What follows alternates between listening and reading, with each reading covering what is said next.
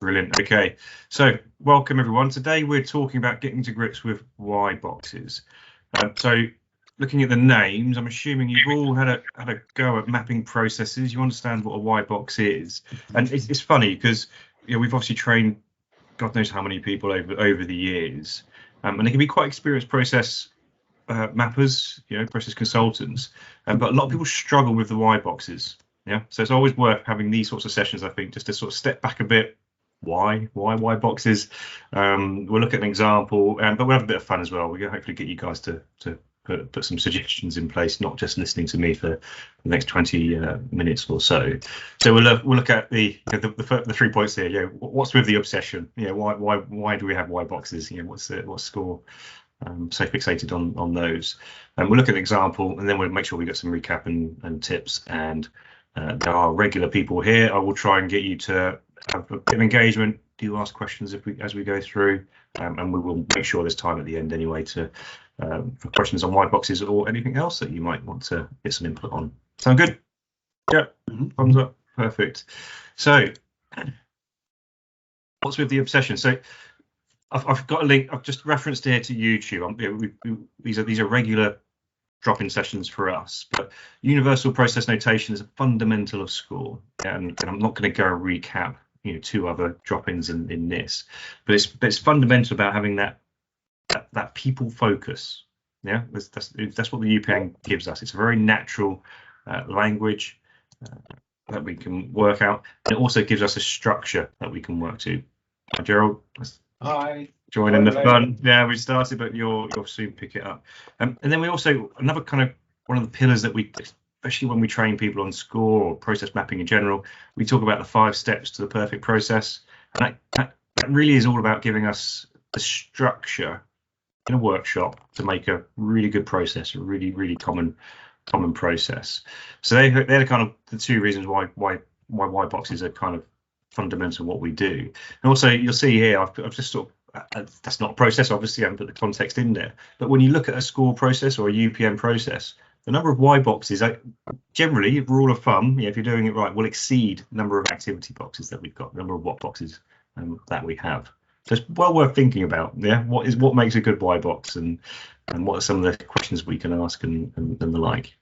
Now, not sure if we've got any kind of people that have been using the software for the 5 or 6 years that we've been around, but I just wanted to flash up a bit of a screenshot from an early version of SCORE, to sort of depict a little bit of how far we've come, but also to highlight it was why boxes. You can see here, the default was to have these brackets around them, which is why we put the hover bracket, and you can still put it in place.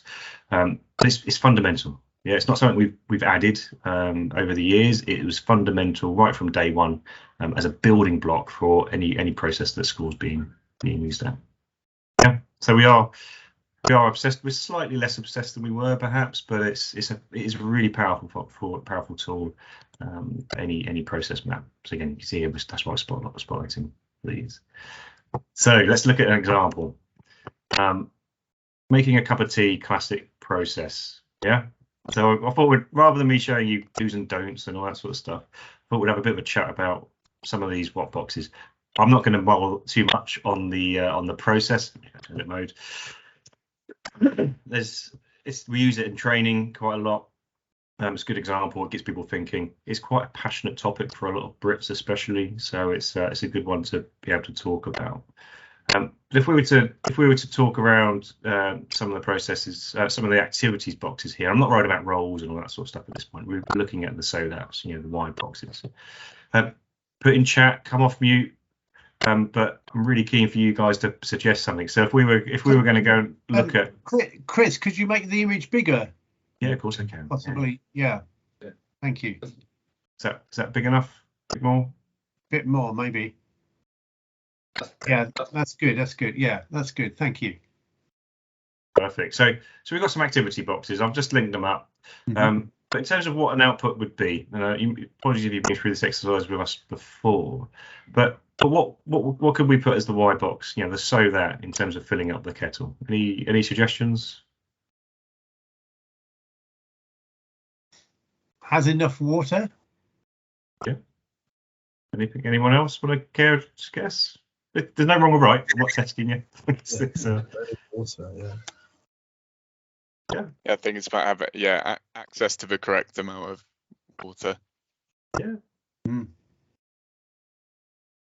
Doesn't break the kettle. exactly. If you Perfect. Yeah. Perfect. You go. And it tastes a lot better than dry tea, that's for sure. Yeah, indeed. So brilliant. I mean, you guys have got the answers here. So yeah, it has the correct amount of water in. Yeah. And then you can define what the correct means, how many cups and all that sort of stuff, and minimum and maximum and the like. But rather than just putting it's got water in, you're giving someone a bit more information about the activity. So when we look at the activity, we're looking at the inputs, the outputs, obviously the text and who does it. So it's about that bit more information. Boiling the water, what would you put as the output of boiling the water?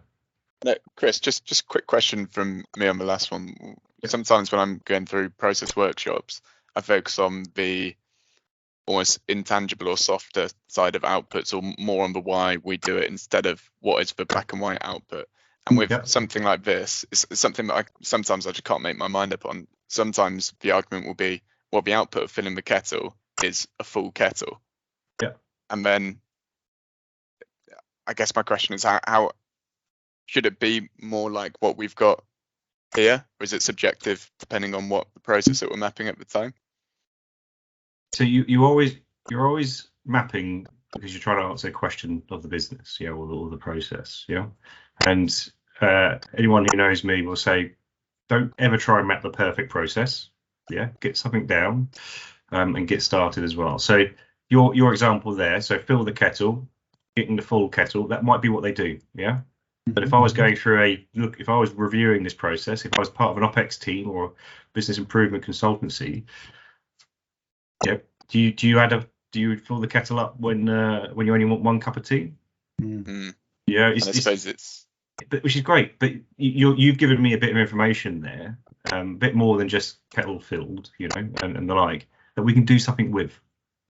That's the point. About. I suppose it's for so what, isn't it? So what if we've got a full kettle? Exactly. Yeah. So you could then start to have a to-be process where you revert it back to what it was. We put the right amount of tea. You get water in for the number of cups of tea. Brilliant. That's an efficiency. Yeah, especially in energy prices. Today. Yeah. So you get it. So you're right. There's no wrong or right in that sense. It's about adding something in. If that's what the people are doing today, then that's what I put in there. And then you'd have a discussion about maybe there's an opportunity for improvement. That's how it started doing that. Yeah. Thanks, Chris. It's cool. But this is why I like this example. Yeah, because everyone knows it. But even in such a day-to-day task, it's about having a conversation like we've just had. That's why I love it. So in terms of boil the water, go on. And who's going to suggest a good output for boil the water?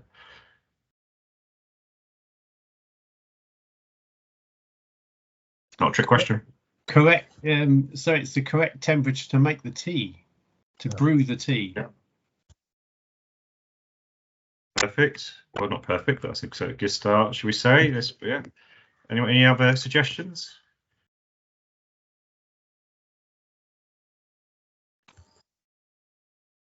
Don't be shy. Come on.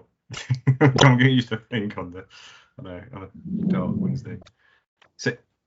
So one of my favourite answers for that is that, so you've given it's a variation on it, James, but it's that, so we've got boiling water. Yeah. And I always joke with people, I say, well, how do you know then? Do you put your finger in it?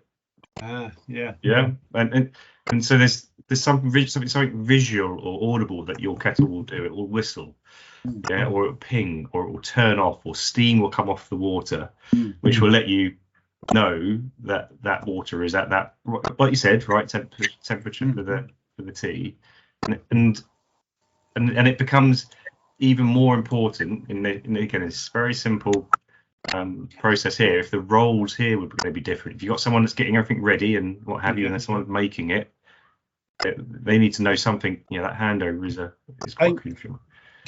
Chris, given that we're interrogating your, I bet you never thought this was going to happen. Given that we're interrogating, the process map you have there already, I mean, the fact that you say boil the water actually is a precursor to boiling means boiling. It's, 100 degrees, is it 100 degrees C, isn't it? Because you could say just heat the water up to a certain point. It's really interesting. I mean, language is very subtle and it preempts responses, doesn't it? Exactly. You could be switched the kettle on. Yeah, that might be the step that we're doing there. Why do we do that? So that we so that eventually it goes off and we've got steam coming up, whatever it is.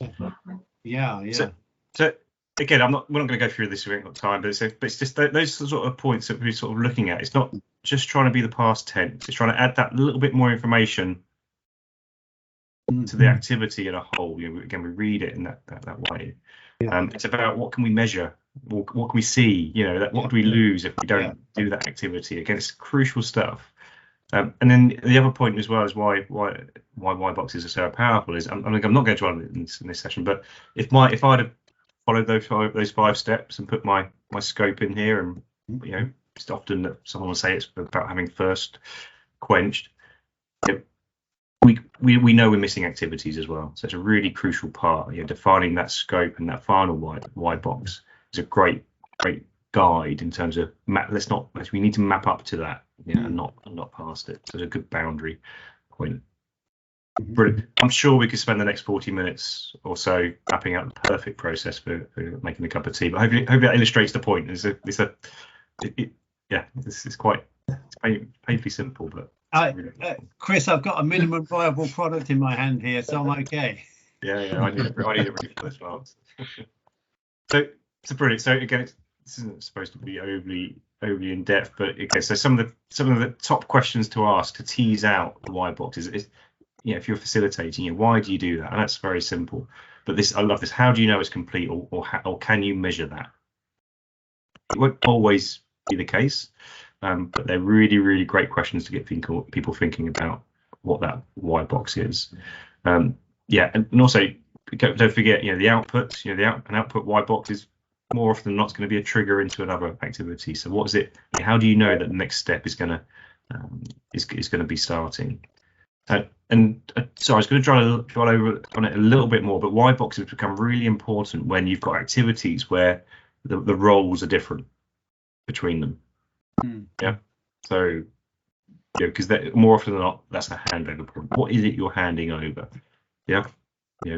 Mapping a support process yesterday with a customer, they raise a ticket and then magically someone else then does something. Well, actually, what is it that's triggering? Oh, it's because a notification is automatically generated. Great. That's a better why box because it's giving you a lot more information. You try to join. And then the other one is what would we lose if we removed the activity? Back to that example, we'd lose the water again, however we defined it. That's hot enough to brew the tea. Simple stuff, but really, really powerful things to measure, to ask ourselves. And so the traps we see people falling on into if they're new to the UPN, especially, is about people using verb and noun in the why box. If there's verb and nouns construct in the why box, typically you're confusing yourself with an activity. It happens. Don't get hung up on it. Don't map the perfect process. Get something down. You can evolve it. Using just the past tense of the activity it's not a massive no, but again, what value is that bringing? We fill the kettle's filled. It's not really telling me anything more. It's a waste of precious words and real estate in a process. So try and avoid that. There's always exceptions. So again, don't get too hung up. And then sorry to jump in, mate. It looks like we've got somebody else trying to join the call. No, they're set at admitting. I think they're in as well. Okay. I've admitted, but it's not doing anything. And then again, what I also see quite a lot of times, especially with new users, is people will include the why box text and a lot else, in the activity text. So we fill the kettle so that we've got. Then I break it out, make it bite size, make it easier to digest to people. And it gets better in time. bit of a question, and I'll open up to questions for yourself. But what do you think we do if we can't think of a good why box for an activity? If we're sitting there scratching our heads and you're getting blank faces and like what options do we have there? Consider the activity. Yep, exactly that, Gerald. Yeah, that's the overarching question. You know, if we can't think of a good output, why are we bothering with the activity? Yeah. Anyone else got experience of that? Have you? Yeah, and again, you're mapping, yeah, and I'm assuming, you know, maybe in a workshop, so you do have options. You can leave it blank. Yeah, I wouldn't advocate leaving it blank, and if you can, try and get something in there, but leave it blank. Someone might, you know, you'll share it, you'll get other people, you'll think about it. It comes up in a report in SCORE that we've got white boxes without text, so it'll be. It wouldn't be a perfect process at all, but it would be a starter, and you can come and fill that in later on. And when I made the comment that we're not as obsessed with white boxes before, in the early days of school, we enforced it. Now you can just join them up if you wish. And again, we see this quite a bit. It maybe I'm getting older, yeah, and I'm getting more relaxed in my old age, but yeah, it's still a good process, yeah. And then you can go and improve it. Or what we do also see is people might be actually mapping out something which they're trying to automate, and it is keystroke level, yeah. It is kind of really really low level activities where the white boxes might not be bringing that value, in which case it might not be relevant. Again, people are always mapping processes for a reason, so it depends why you're mapping. Make sense? Yep. Any questions on that then? I mean, so it's a fundamental topic. Some people pick it up straight off the bat. Others just take a little bit more time, and obviously I've been using it for a fair few years now. But so it comes second nature. But it's all about challenging. It's all about challenging the process. So when we see processes, a customer already has typically, you know, their Visio diagrams with boxes and diamonds just hooked up with no line text whatsoever. Translating that in just asks so many questions. That's brilliant. It really gets people, it challenges the process as we go through, and aids that conversation and gets you to the point where you've got a much more robust framework as a process, your base as a process. I think a cool example that I've came across recently, Chris, we were working with an SME organisation working in distribution. Offices quite traditionally run, and we were going through their AR process. And right at the end, after they've raised their invoices, the output of one of the Y boxes of print invoice was, we need to save these invoices for 7 years as hard copies to comply with GDPR. And I was thinking, hold on a second. Not sure if you need to do that, guys. Exactly. Seeing as Sage was tagged as the system, and obviously it stores digital records, so it can also prompt a conversation in the same way as an activity can. Exactly, especially when you start sharing these processes, or you're mapping the processes with different teams and different individuals. The amount of times I've heard people saying, "I produce this report for James. You know, he gets this weekly report, and James is sitting there going, I don't use it. I don't need it for anything." You know, and it's like time and time again. It's just by talking and challenging and why are you doing something. It's the way of improving the process without going through too much detail. Just on that point, I can remember in an old systems environment where everything was most output was on paper. The IT service guys stopped printing things and waited for the phone call to come through to find out who did need it. Yeah, totally. That's a good way. It's a good way of finding out what's important to people, isn't it? I'm not so recommending it, but it's kind of like, it sets the scene, doesn't it? Yeah. And it is, the reason we're doing white boxes is that they are more difficult than the what boxes, because it is, what boxes are a lot easier, and often that's where we get a lot of pushback, and I think that's why other methodologies and people typically, broad sweeping statement, particularly people using Visio, don't do it because it's easier and quicker not to. But in the long term, it definitely isn't quick enough. It's like, Yeah. And it does question, I mean, like when there's a decision point, it does question why you make a decision in this way and not in that way, or some other third way, or whatever it may be. And what is the purpose, the overall process? I mean, it could be creating safety or protection in some way or other. Example I think of is insurance claims on insurance policies. If it's worth 50 quid, then you let it go through. If it's worth 50 quid again, you question it from the same client. I mean, yeah, definitely. So it's a decision process, isn't it? Yeah. Excellent. Any feedback from anyone else? Any stories or any questions before we close out? No, I think that's really helpful. I think where I was going wrong, I thought, oh, why there'd be no trouble at all. I can write those, and I was going, oh, not sure. I think what I was trying to write the why box without in the wrong way. I should get the process of what we're going to do. So I knew what we were going to do down. Yeah. And then the why comes naturally after it. I was trying to, in my head, write the why before I'd written the action. And I got myself confused. The 5 steps. There's a reason we always arc back to this. And if you didn't watch that, recent drop in on that, then it's a really, really good one. And we even got 1 pages we can share if you need to. But it's a really good handrail. Yeah, and so it's like the scope, and the activities, then the why boxes, then hooking it up. It's a really good approach to just challenge the process and the thinking at each step. Yeah, it's really, really powerful. So yeah, I always recommend people just remind themselves of that. It's every time over the years, if I've been pulled away from that, deviating, let's just go down into that detail first. I've always regretted it. So it's there for a reason. It's a really good way of keeping people aligned.